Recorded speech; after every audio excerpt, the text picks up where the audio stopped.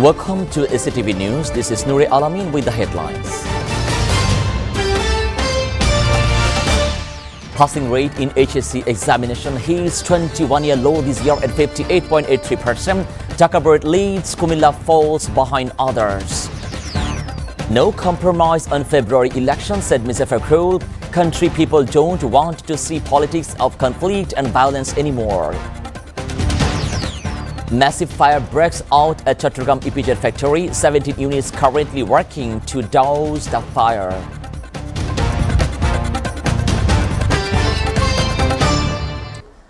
Now in details, the average pass rate for the higher secondary certificate and equivalent examinations in 2025 has registered the lowest percentage in the last 2 decades, with nearly 5,08,701 students failing to clear the exams. The results published simultaneously across the all education boards this morning show that the national average pass rate across the 11 education boards, 9 general madrasas and technical stood at 58.83%. The figure marks the lowest success rate recorded since 2004, when the pass rate was 47.74%. Dhaka Education Board recorded the highest pass rate among all boards, while Kumilla Board ranked lowest in the results for the HSC and equivalent examinations. The overall pass rate has dropped by 18.95 percentage points compared with last year's result. This year, 69,097 students achieved the GPA 5, dropping by 52.64% from last year. Advisor to the Education Ministry, Professor Dr. Chaudhry Rafiqul Abrar said they want the country's education system to portray its true picture. Being a responsible advisor, I want the true picture, the education system, to be reflected again, he also said in a press conference at the Education Ministry in Bangladesh Secretariat here after publishing the HSC and equivalent examination result.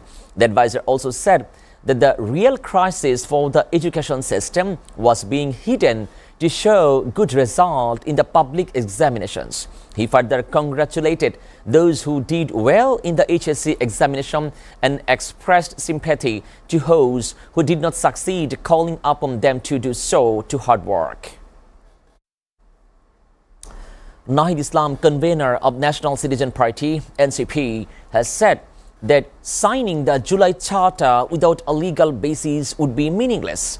He stated that the party would not take part in the signing event until such assurances are confirmed.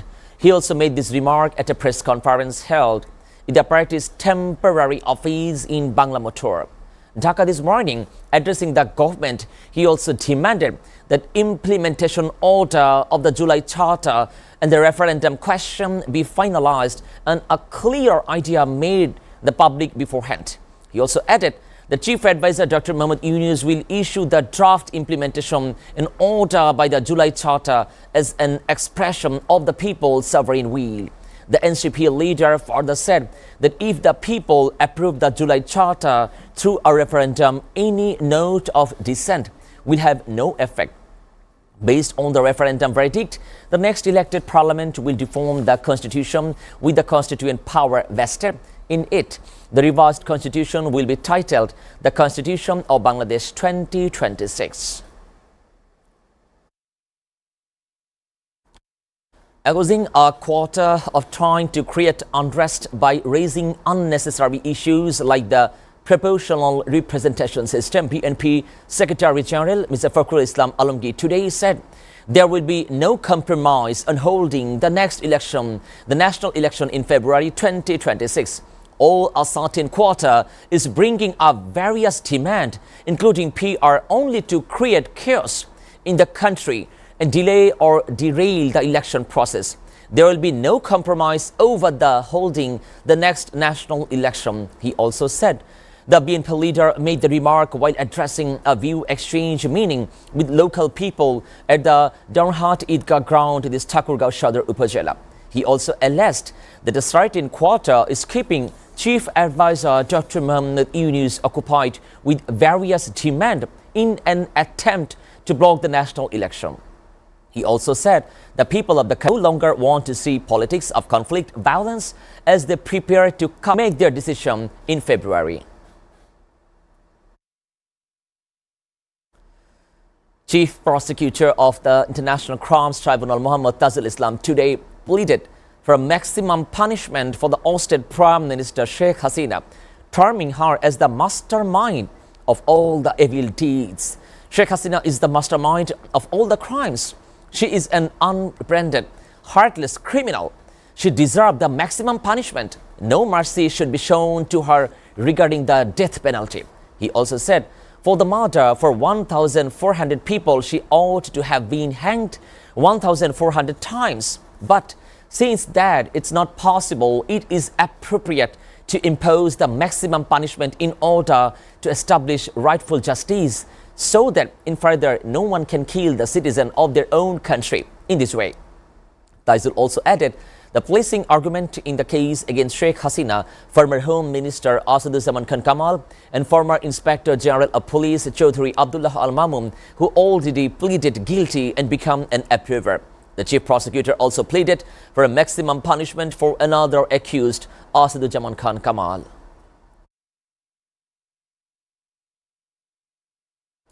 A massive fire broke out at a towel manufacturing factory in the Chattogram Export Processing Zone this afternoon. The blaze started around 2 p.m. at Adams Camps and Textile Limited and said Fire Service and Civil Defense Control Room in Agrabad. 17 units are currently working to douse the fire road, the Chattogram EPZ, he also added. However, the origin of the fire could not be known immediately.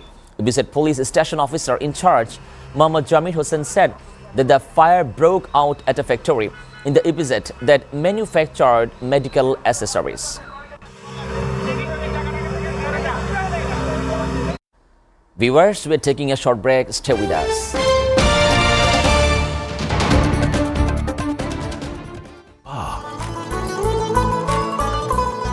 Well-equipped gym. Experience panoramic beauty at SATV Restaurant. Welcome to Grand Palace Hotel. Grand Palace Hotel and Resorts, Jollar Par, Zindabazar, Silet, Bangladesh.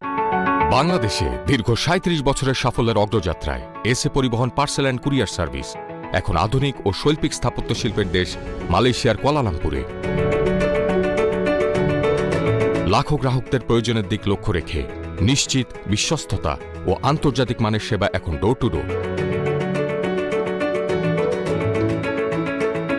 SA পরিবহন courier and parcel service SDN BHT 120 Jalan HS Lee 50050 Kuala Lumpur, Malaysia.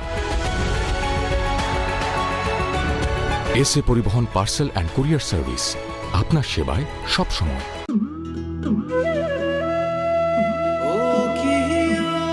Explore the magnificent view of Rangpur.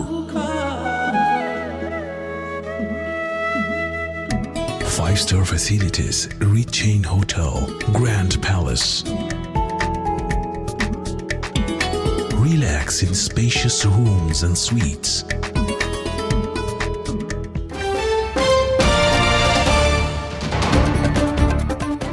Welcome back, and you are watching SATV News. Now, news from abroad.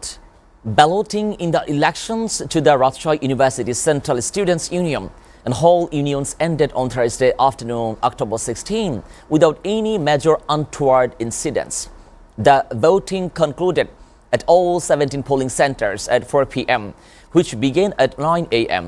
After the completion of voting, ballot papers are being taken to the Qazi Nazrul Islam Auditorium. The university will tight security where the results will be announced, said Election Commissioner to Rakshtu poll Dr. Professor Mustafa Kamal Akhund.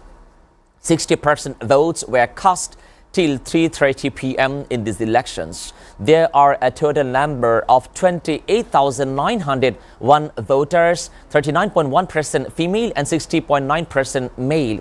In this election, some 305 candidates are contesting for 23 Rakshtu posts, 58 candidates for 5 Senate seats, and 55 candidates for 255 posts across 17 whole unions.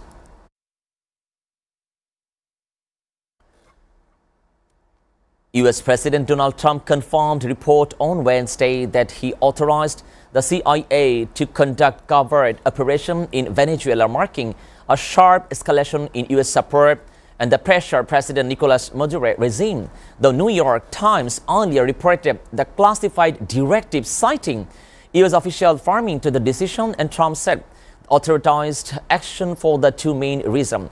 First time, he claimed Venezuela has been realizing large number of prisoners, including individuals from mental health facility, into the United States, often crossing the border due to what they described as an open border policy. Trump didn't specify which border they were crossing. The second reason, he said, was the large amount of drug entering the U.S. from Venezuela, much of it trafficked by ship. According to Trump, Venezuela is feeling hit. However, he declined to answer when asked if the CIA has authority to execute Maduro. Share about these strikes on the alleged. Well, I can't do that, but I authorize. Meanwhile, the Venezuelan President Nicolas Maduro called on his U.S. counterpart Donald Trump to refrain from carrying out CIA coup as the military tension between the two nations escalated on Wednesday. Maduro spoke at an event, the National Council for Sovereignty and Peace. According to Venezuelan media, the Venezuelan Foreign Minister Jan Guil said they saw to move with alarm in his statement, adding that such maneuvers seek a legitimate to regime change operation with the utilized aim of seizing Venezuela oil resources. Colombian President Gustavo Petro also responded on Wednesday to U.S. government plans to launch a CIA operation banning Venezuela, warning possible consequences for Colombia. Que nos recuerda tanto a los 30,000 desaparecidos por la CIA en los golpes de Estado. At least one man was killed in violence at a rally in Peru capital on Wednesday, said President José Raúl, who accessioned days ago and has failed to stem out angry protest against the country's political class. The Ombudsman office said 102 people were injured, including 24 civilians and 78 police, updating earlier told. Youth-led demonstration brought thousands of Peruvians frustrated by the authority failure to resolve worsening crime crisis onto the street in Lima and several other sites as well.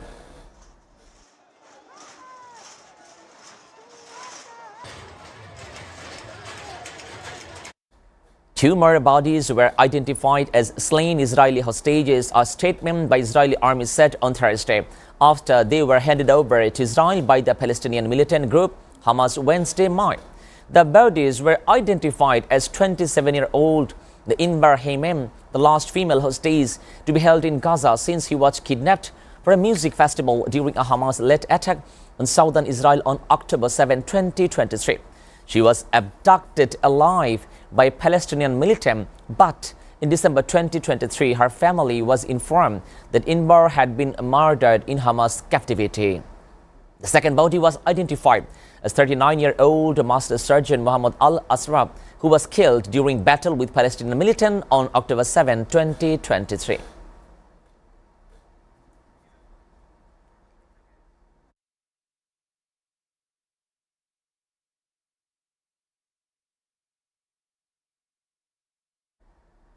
Bolivia's centrist presidential candidate Rodrigo Paz closed his campaign on Wednesday in city as represented in Senate ahead of the second round vote on October 19. The 58-year-old of the Christian Democratic Party met with supporters in southern city of the Tazira, Bolivia, thus producing region where he served as city councilor, mayor deputy since 2020. And the ruling movement to socialism or Mas Party, which suffered its worst electoral defeat in a generation. According to the latest poll by Bolivian broadcaster Unitel, Paz would lose the election, trailing constituency Zorro, Tuto, and the Quiroga 44.9% to 36.5%.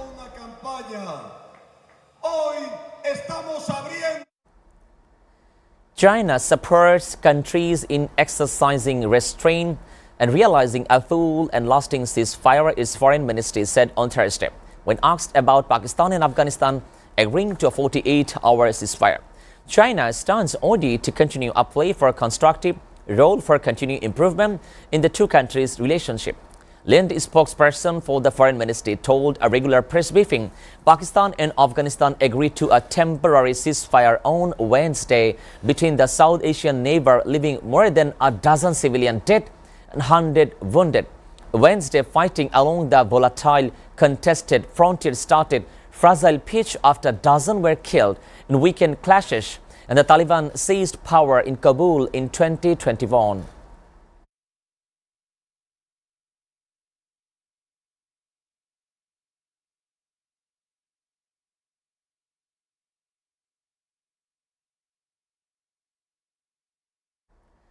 The government of France reappointed Prime Minister Sébastien Lecornu survived its first no-confidence vote on Thursday, falling short of the 289 votes required to bring down the government. A total number of 271 deputies voted in favor and 18 against of a no-confidence motion, leading the National Assembly to reject the motion by the far-left French Unbowed Party. A second motion proposed by the far-right National Rally is now moving toward a vote, but it's also widely expected to defeat it. Olivier Faure, the first secretary of Socialist Party, which has also signaled they would file a no-confidence motion, said that not censor the government as long as parliament is respected. The center-left party stance came after Lecornu announced that he would suspend implementation of controversial pension reform until the next presidential election, responding to a key demand from opposition left.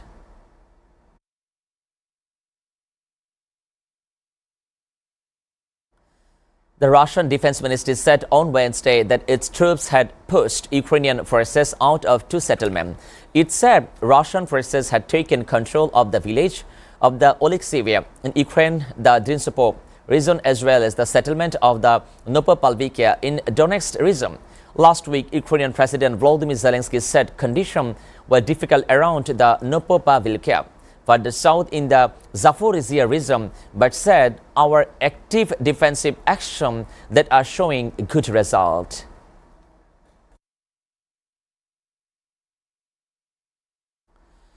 Meanwhile, Kremlin spokesman Dmitry Peskov said on Thursday that Moscow relies on official public statement issued by New Delhi and Beijing regarding oil purchases. Earlier on Wednesday, US President Donald Trump said that India and China stop buying Russian oil. However, India and China have not publicly confirmed Trump's assertion oil prices rose around 1% after Trump said Indian Prime Minister Narendra Modi had pleaded his country would stop buying oil from Russia, a move that drained supply elsewhere.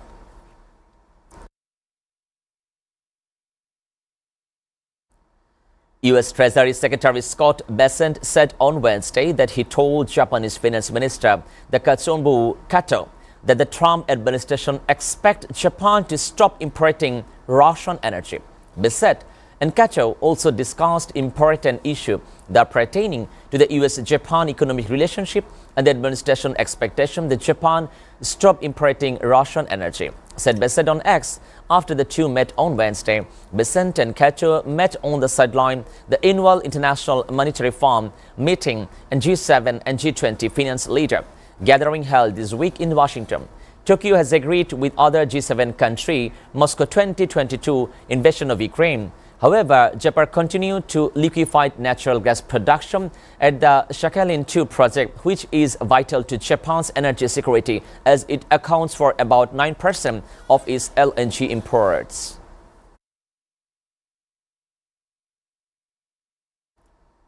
Before ending, we'll go through the SATV News headlines again.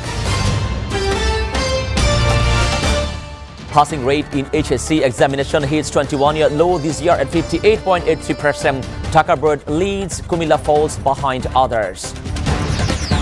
No compromise on February election, said Mr. Fakhrul. Country people don't want to see politics of conflict and violence anymore. Massive fire broke out at Chattogram EPZ factory. 17 units currently working to douse the fire.